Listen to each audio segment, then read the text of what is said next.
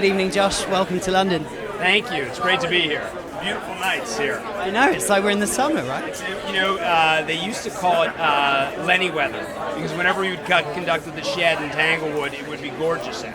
And I feel like we've been lucky on this tour that we've brought the Lenny weather with us. I'm taking that home with me, thank you. So, how do you feel his legacy has been shown in the film that you've co-written? To me, we were really trying to get underneath the legacy and get at the man. Try to really understand who he was and that primary relationship with Felicia, how that really was central to his life. I will say, and it was a little bit of a radical approach. We don't do the standard biopic of, A to B to C. We really focus on the relationship and view everything else through that lens, which I think reveals things about Lenny that aren't out in the public domain, as so much of his film and audio is. That said, the film is scored by Lenny. It's all of his music. And it's not just West Side Story or Moments from On the Town.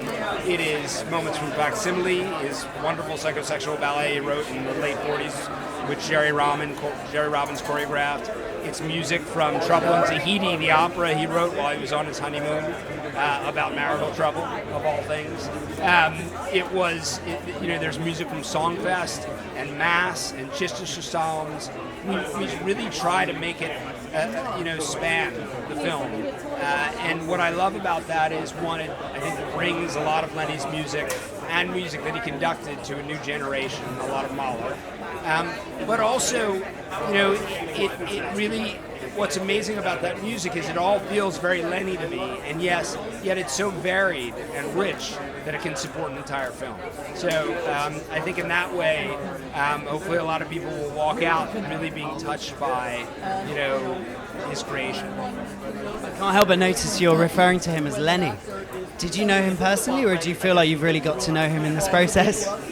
I didn't know him personally, and perhaps some of our British owners first heard of him as Mr. Bernstein, but I've been working on this for 9 years, and I feel like I've gotten to know him well enough that and it's funny because in the scripts, even though that we refer to him as Lenny, the character name is always LB, because Bradley didn't want us to be that familiar, but Bradley sort of became him. And so, while I didn't get to know the actual Lenny, I do know the guy, our Lenny, pretty well.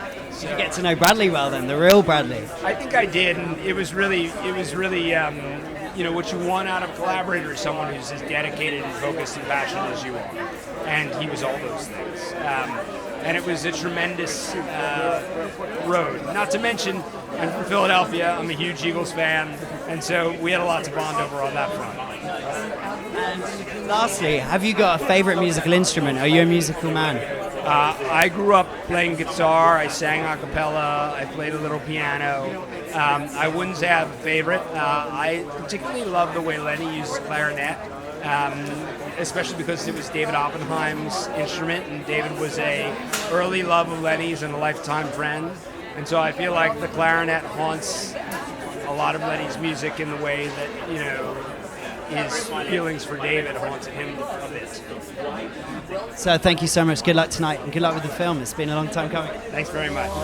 Ask your smart speaker to play Riverside Radio.